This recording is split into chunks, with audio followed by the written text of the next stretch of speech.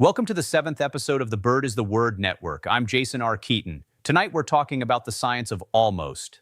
As of early 2026, the United States has officially paused the future of regenerative medicine. The NIH just froze the registry for new human embryonic stem cell lines. They call it a review of robustness. I call it a legislative cardiac arrest. Let's look at the numbers because the math of human suffering is staggering.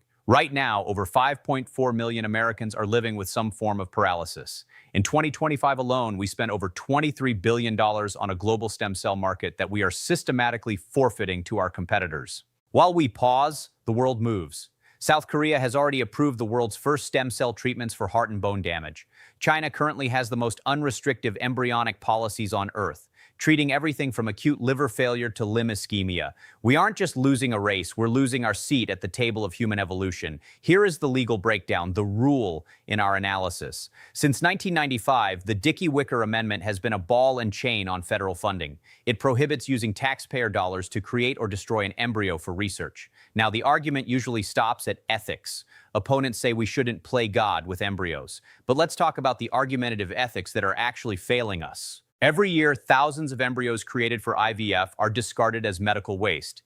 They are thrown away. But the moment a scientist wants to use those same discarded cells to cure a child of type 1 diabetes or repair a shattered spine, it's suddenly a moral crisis. Where is the ethics in choosing the dumpster over the laboratory? Where is the morality in a policy that values a cell in a freezer more than a veteran with a spinal cord injury who just wants to walk his daughter down the aisle? This is the reality. By effectively banning federal research on new lines, we are forcing innovation into the private sector where there is zero transparency and maximum cost. We are creating a system where the miracle cure will only be available to the 1%. The pause isn't about safety. It's about a 1990s legal framework trying to govern 2026 biology. We need to repeal the Dickey-Wicker restrictions for IVF surplus embryos.